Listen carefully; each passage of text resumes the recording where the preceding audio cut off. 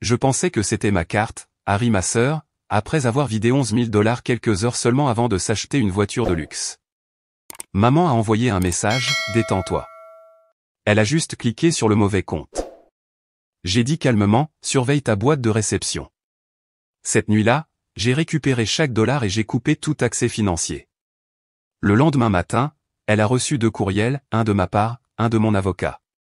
Je pensais que c'était ma carte, Harry ma sœur, comme si elle ne venait pas de vider 11 000 de mon compte. Elle a vraiment ri. J'ai fixé le relevé bancaire sur mon téléphone. 11 000, ai-je dit lentement, comme si le répéter pouvait aider à y voir plus clair. Sophie a enlevé ses sandales d'un coup de pied et s'est affalée sur mon canapé comme si l'endroit lui appartenait. Ne sois pas si coincé. C'était juste une confusion. Je suis sûr que la banque va arranger ça.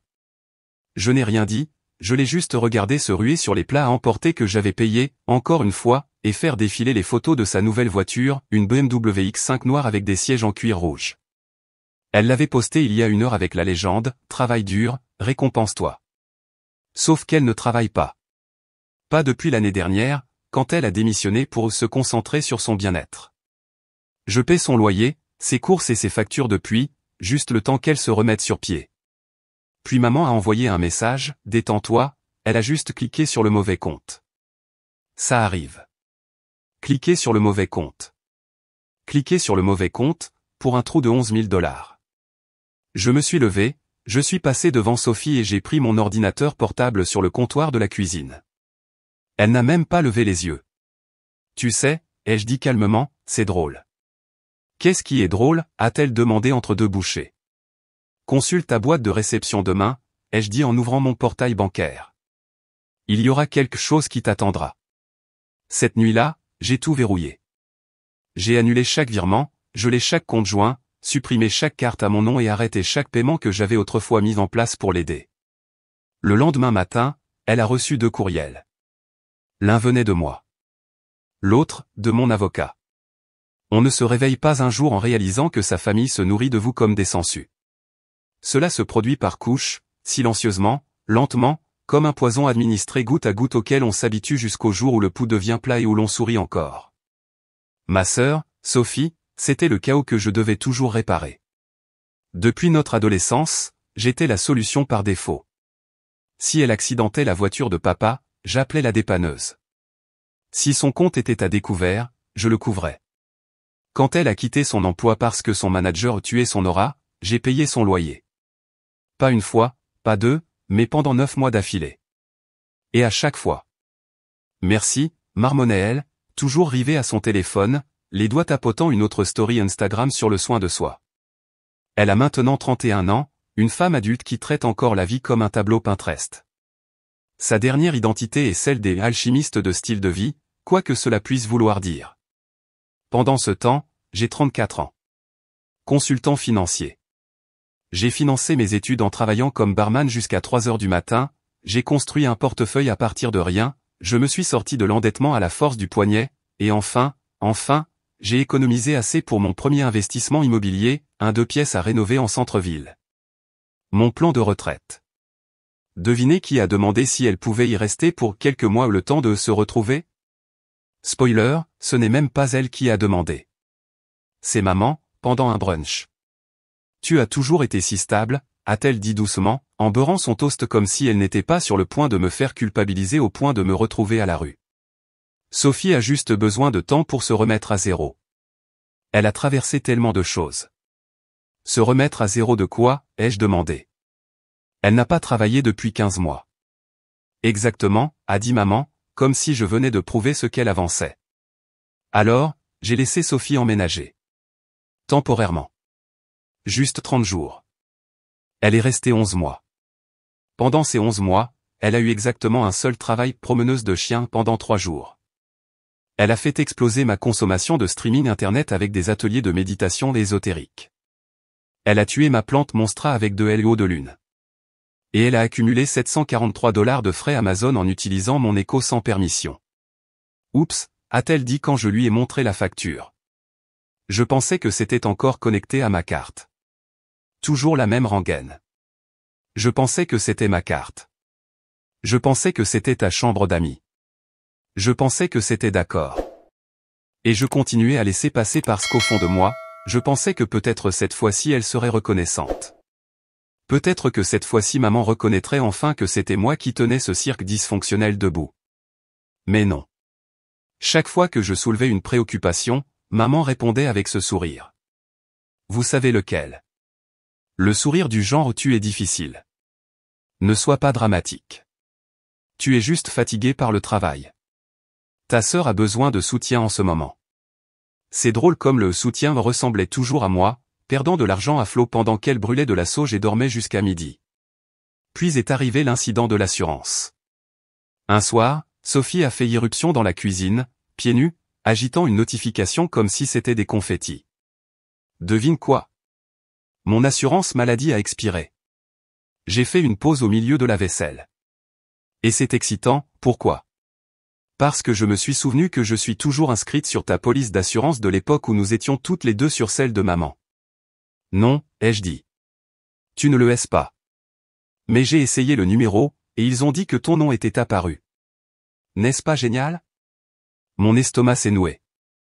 Il s'est avéré que ma sœur avait réussi d'une manière ou d'une autre à réactiver un ancien identifiant de personne à charge en utilisant mes informations et avait accumulé $2100 de réclamation pour de l'acupuncture, du reiki et une irrigation du côlon. J'étais furieux. Sa réponse? Tu as toujours dit que je devais prendre soin de ma santé. Je pensais que tu serais fier. Fier d'une fraude à l'assurance. C'était la première fois que je perdais vraiment mon sang-froid. J'ai crié, j'ai claqué mon ordinateur portable et je lui ai dit qu'elle avait une semaine pour déménager. Elle a pleuré, a appelé maman, et en moins d'une heure, je les avais toutes les deux sur mon porche comme pour une intervention surprise. Tu es cruel, a dit maman. Sophie a toujours été plus sensible. Elle a commis une fraude. Ce n'est que de l'assurance, a reniflé Sophie.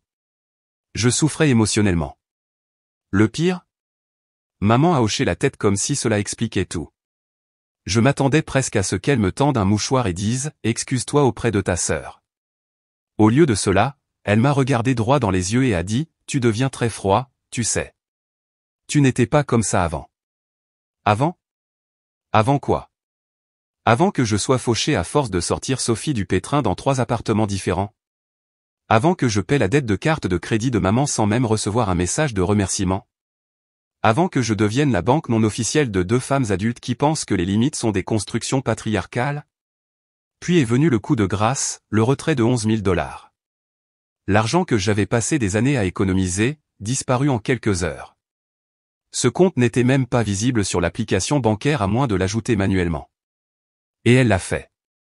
Elle l'a ajouté, a viré $11 000 sur son propre compte courant, et a acheté une voiture de luxe. Et quand je l'ai confrontée, assise là dans ma cuisine, sirotant le kombucha à $8 que j'avais acheté, elle a juste ri. Oh, ça, a-t-elle dit, comme si je posais une question sur la lessive. Je pensais que c'était ma carte. Puis maman est intervenue, car bien sûr qu'elle l'a fait. Détends-toi, elle a juste cliqué sur le mauvais compte. Cliquer sur le mauvais compte. $11 000. Juste un simple clic. C'est à ce moment-là que quelque chose s'est brisé en moi. Pas la frustration habituelle, ni même la colère. Quelque chose de plus froid. Je les ai regardées toutes les deux dans les yeux et j'ai dit, très calmement, surveille ta boîte de réception. C'est à ce moment-là que j'ai cessé d'être leur filet de sécurité et que j'ai commencé à être leur châtiment. Contrairement à ce que les gens pensent, la vengeance n'arrive pas toujours avec des feux d'artifice et des disputes hurlantes. Parfois, elle arrive en silence, froide et calculée, avec un horodatage sur un courriel et le nom d'un avocat en copie. Revenons en arrière. La nuit après le vol, je n'ai pas dormi. Non pas parce que j'étais brisé mais parce que je construisais. À exactement 2h12 du matin, j'ai fini de compiler le document, un PDF de 12 pages contenant chaque transaction financière que Sophie avait jamais effectuée en utilisant mes comptes. Chaque Venmo, chaque Zelle, chaque ping Apple Pay, même les frais Sephora qu'elle avait autrefois insisté être un cadeau pour maman. J'ai joint le PDF à 2 courriels. Un pour Sophie. Un pour mon avocat, Marcus Gray, un homme qui avait un jour aidé mon client à récupérer $60 000 de son ancien partenaire commercial en moins de 3 semaines. Objet, transaction non autorisée et action formelle en attente. Et ensuite, j'ai dormi comme un bébé. À 7 heures du matin, mon téléphone explosait.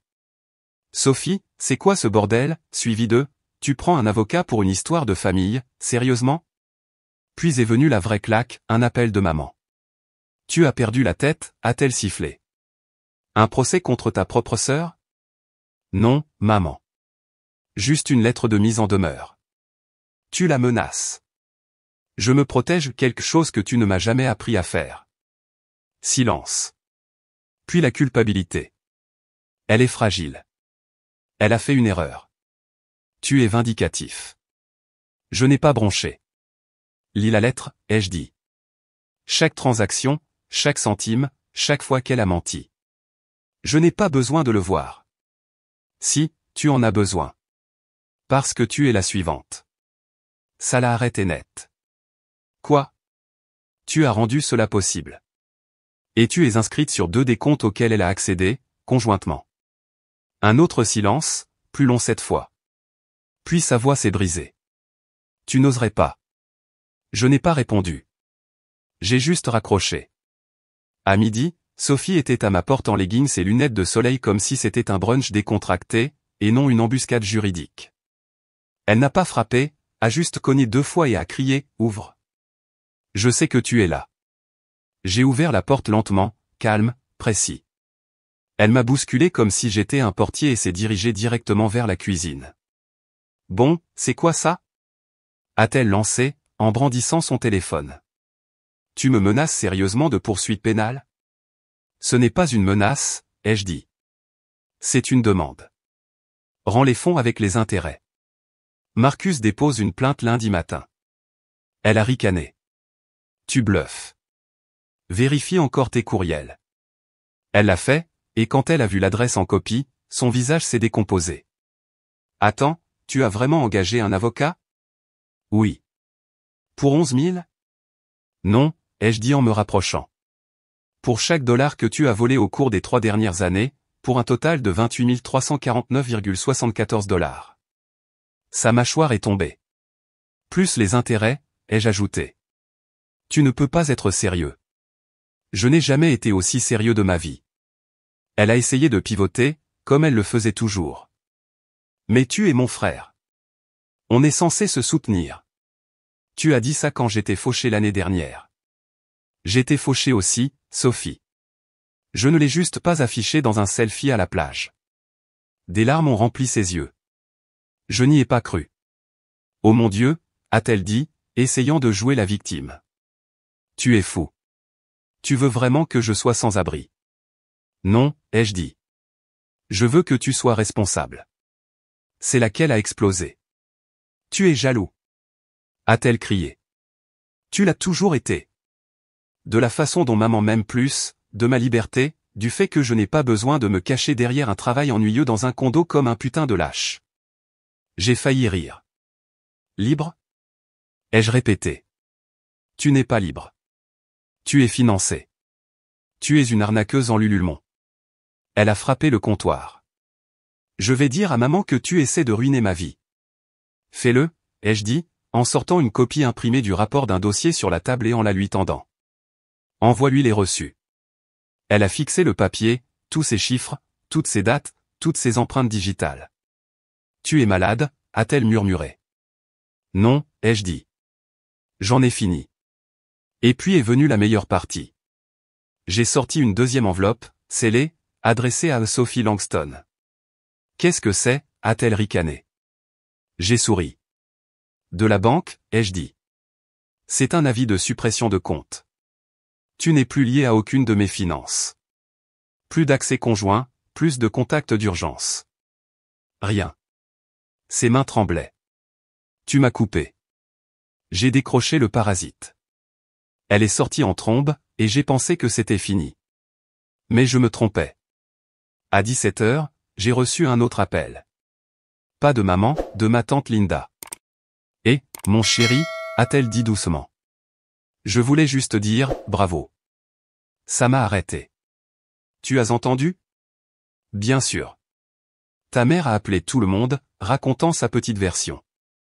Mais j'ai lu le rapport. Elle l'a envoyé à l'oncle Ray par accident. Ma mâchoire est tombée. La moitié de la famille m'envoie des messages maintenant, a-t-elle continué. La plupart d'entre nous sont de ton côté. Nous avons tous vu comment Sophie se comporte. Bon sang, elle me doit $600 de cette arnaque pyramidale de bien-être dans laquelle elle nous a entraînés l'année dernière. J'ai failli rire. Linda s'est raclé la gorge. Je voulais juste te faire savoir que tu n'es pas fou. Et tu n'es pas seul. Pour la première fois depuis très, très longtemps, j'y ai cru. Je m'attendais à des réactions négatives. Ce à quoi je ne m'attendais pas, c'était le silence. Un silence froid et retentissant. Pas d'excuses, pas d'explications, juste des fantômes numériques là où se trouvait ma famille. Après que Sophie soit partie en trombe, maman n'a pas appelé pendant 3 jours, un record dans notre foyer, où elle avait l'habitude de m'envoyer un message toutes les heures si je ne répondais pas en 5 minutes. Quand elle l'a finalement fait, c'était un paragraphe qui commençait par « Je suis déçu de toi » et se terminait par « Ce n'est pas ce que fait une famille ». Je n'ai pas répondu. Qui avait-il à dire?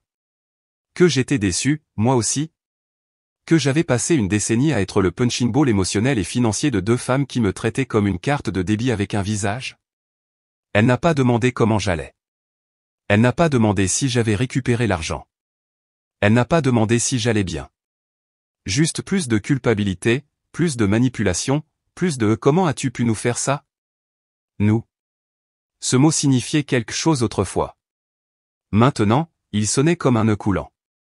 Pendant ce temps, Sophie est passée à l'offensive sur les réseaux sociaux. Son Instagram s'est illuminé de citations passives-agressives. Le sang fait de vous des parents, la loyauté fait de vous une famille. Certaines personnes ne vous aiment que lorsque vous êtes utile. Coupez l'énergie toxique, un proche à la fois. Elle a même fait une réelle, faisant semblant de pleurer devant la caméra, parlant de trahison de la part de la personne en qui elle avait le plus confiance. Et les commentaires, ses amis ont tout gobé. Tu ne mérites pas ça, ma reine. Je t'envoie de l'amour et de la lumière. Tu es mieux sans lui. Il est clairement jaloux de ton parcours. Jaloux de quoi? Des découvertes? Des mensonges? De la routine de sensu nomade trentenaire déguisée en travail de guérison? Je n'ai pas répondu, je n'ai rien posté, je n'ai pas riposté. Parce que je n'en avais pas besoin.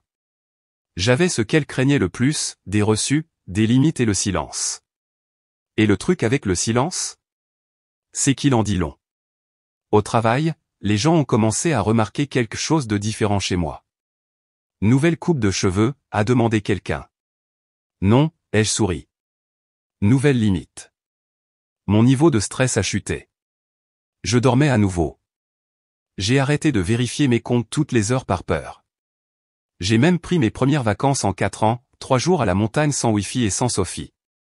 Et puis c'est arrivé.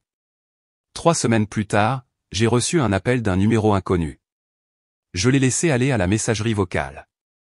C'était maman. Sa voix était tremblante. Pas en colère, nerveuse. Salut, mon chéri. Je pense qu'on doit parler. Les choses ont dérapé. Ta sœur, eh bien, elle a des difficultés. Elle a perdu la voiture. Paiement manqué, elle a été saisie. Et elle te rejette la faute. Elle dit qu'elle ne serait pas dans ce pétrin si tu n'avais pas agi en requin d'entreprise avec elle. J'ai mis le message en pause. J'ai pris une gorgée de café. Je l'ai laissé continuer. Je sais que des choses ont été dites, mais est-ce qu'on peut juste s'asseoir en famille? Juste parler? J'ai ri. Elle n'avait toujours pas compris. Il ne s'agissait pas de choses qui ont été dites. Il s'agissait d'années. Des années de manque de respect, d'exploitation et de manipulation psychologique déguisée en sollicitude maternelle. Elle n'appelait que parce que l'argent était épuisé. Parce que Sophie était de nouveau au bord du gouffre et avait besoin d'une autre bouée de sauvetage. Et pour une fois, ce ne serait pas moi. J'ai répondu par un seul message, je vous souhaite bonne chance à toutes les deux, mais j'ai fini de jouer à la banque. Pas de réponse. Une semaine a passé. Puis une autre. Puis on a frappé à ma porte. C'était Sophie. Sans maquillage, sans filtre, sans rien de marque. Juste un pantalon de survêtement, les cheveux en bataille et un sourire désespéré. Salut, a-t-elle dit, comme si de rien n'était. On peut parler? Je n'ai pas bougé, je l'ai juste regardé. J'ai eu tort, a-t-elle dit rapidement. d'accord? C'est ça que tu veux entendre? J'ai fait des erreurs. De grosses erreurs. Je le sais maintenant. Je n'ai rien dit. Elle s'est agitée, a regardé par-dessus mon épaule dans l'appartement. Je suis un peu entre deux logements en ce moment. Juste pour quelques jours. Non. Elle a cligné des yeux. Quoi? Non, ai-je répété. Pas pour quelques jours. Pas pour une nuit. Pas même pour une heure. Sa bouche s'est ouverte, comme si l'idée que je puisse dire non ne lui avait jamais traversé l'esprit. Tu vas sérieusement me laisser vivre dans ma voiture? Est-ce que je t'ai demandé la permission avant que tu vides mes économies? C'était différent. Non, ai-je dit. C'était exactement pareil. Tu as fait tes choix. Maintenant, assume-les. Tu es froid, a-t-elle craché. J'ai hoché la tête. Enfin. Elle s'est retournée, a commencé à partir, puis a jeté un dernier regard par-dessus son épaule. Tu le regretteras. J'ai souri. Je regrette déjà toutes les fois où je ne l'ai pas fait plus tôt. Elle est partie. Et cette fois, j'ai verrouillé la porte derrière elle. Les gens pensent que le fait de tourner la page vient avec un câlin ou une conversation à cœur ouvert. Ce n'est pas le cas. Parfois, tourner la page, c'est une porte verrouillée. Un compte en banque avec un seul nom dessus. Une boîte de réception avec 0 message non lu de votre mère. C'est silencieux et définitif. Quelques jours après que Sophie soit partie pour de bon, j'ai reçu une lettre par la poste de notre ancienne caisse populaire. Un des comptes d'épargne conjoint que nous avions ouvert pour les urgences à l'époque où je croyais encore que nous étions une équipe. À l'intérieur. Un chèque de 273,41 $. Le solde final. Elle l'avait vidé il y a des mois, bien sûr, probablement pour des cristaux et du kombucha, mais le système avait automatiquement fermé le compte après ma demande formelle de la retirer en tant que co-titulaire. Il m'envoyait ce qui restait. J'ai ri aux éclats. Pas à cause du montant, mais du symbolisme. Voilà à quoi se résumait notre relation à la fin, 273,41 $. J'ai épinglé le chèque sur mon frigo comme un rappel, voilà ce qui arrive quand on donne tout et qu'on ne demande rien. Et puis j'ai lâché prise. Pas le genre de lâcher prise fait à moitié où l'on fait semblant tout en attendant secrètement des excuses qui ne viennent jamais. Je veux dire le vrai lâcher prise. J'ai supprimé le numéro de Sophie. J'ai bloqué celui de maman. J'ai demandé à ma banque de signaler toute demande entrante de leur part, financière ou autre. J'ai changé mon contact d'urgence pour mon meilleur ami, Ryan, un gars qui a un jour traversé une tempête de neige juste pour m'aider à déboucher un siphon et qui n'a jamais rien demandé en retour. J'ai renoué avec ma cousine Becca, celle qui avait été exclue des événements familiaux pour être trop honnête.